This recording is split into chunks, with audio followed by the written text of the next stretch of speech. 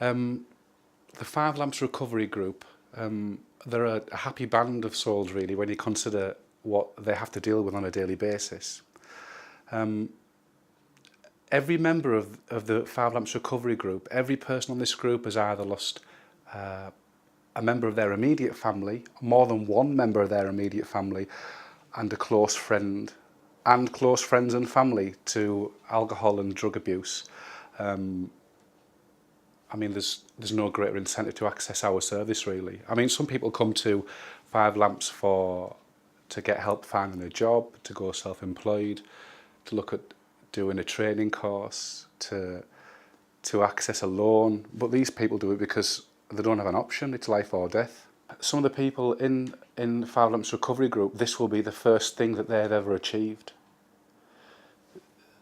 The first tangible thing they've ever achieved. They may, on a daily basis, recover from alcohol and drug addiction, but this is the first thing, possibly the first time someone said to them, "You are great and this is why." It's really important to do it as a group because the problems that we face within recovery and in society are quite vast, and it's members of the group who are going through that, and they've usually had similar problems, you know, and it's mirrored back, and it's just some way to check, opposed to running on self-will, which is me all the time.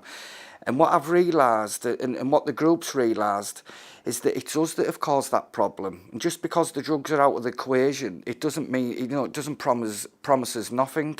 And it's going back and having a look at the defects of characters, you know, our shortcomings, and addressing them within the group.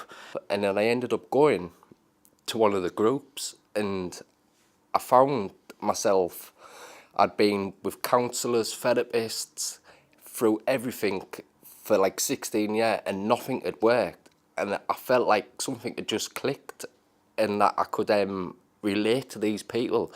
And I knew Jody from like back in the day, and I knew what he had been like, and now I'd seen he'd turn his life around, and I thought, if you can do it, it inspired me that I could do it. The group, a lot of the time, there's groups that are really structured, and will go, and we have a set agenda of what we will do. But there's other groups where sometimes we'll just talk, and we'll have a share. Some people might open and do like a really honest, heartfelt share, and I always feel that I can relate to, we can all like relate to each other. We've gone through the same things, we've all come across the same barriers, but like I always used to think, why me? Why is this happening to me?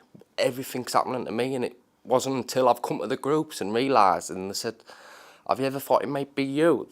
And that's what I realised, that it was me that had caused all the trouble around me. And I thought if I just put the drugs down, everything would fall into my lap.